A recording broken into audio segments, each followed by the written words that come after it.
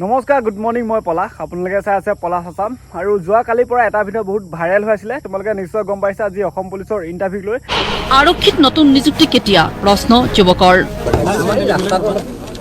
পুলিচৰ জুলাইত বাবা নহ'ব যদি বানপানী হয়। ফিল্ডবিলাক চব তহঁতি প্ৰেক্টিচ কৰিব পৰা নাই নহয়।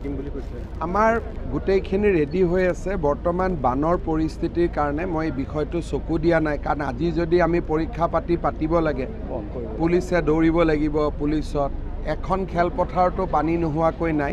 সেইকাৰণে জুলাই মাহটো অপেক্ষা কৰি লওঁ, তাৰপিছত এই বছৰতে আমি চব চেছ কৰিম। কেইবাজনো বিধায়ক এতিয়া MP হ'ল, এই ঠাইকেইটাত কেনেদৰে আগবাঢ়িব আপোনালোকৰ মিত্ৰজোঁট? চব য'ত MP হ'ল তাত আকৌ ইলেকশ্যন হ'ব, উপনিৰ্বাচন হ'ব।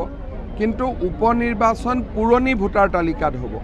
সেইকাৰণে মোৰ দৃষ্টিত খুব এমাহ দুমাহৰ ভিতৰত ইলেকশ্যন হোৱাৰ সম্ভাৱনা মই দেখা নাই।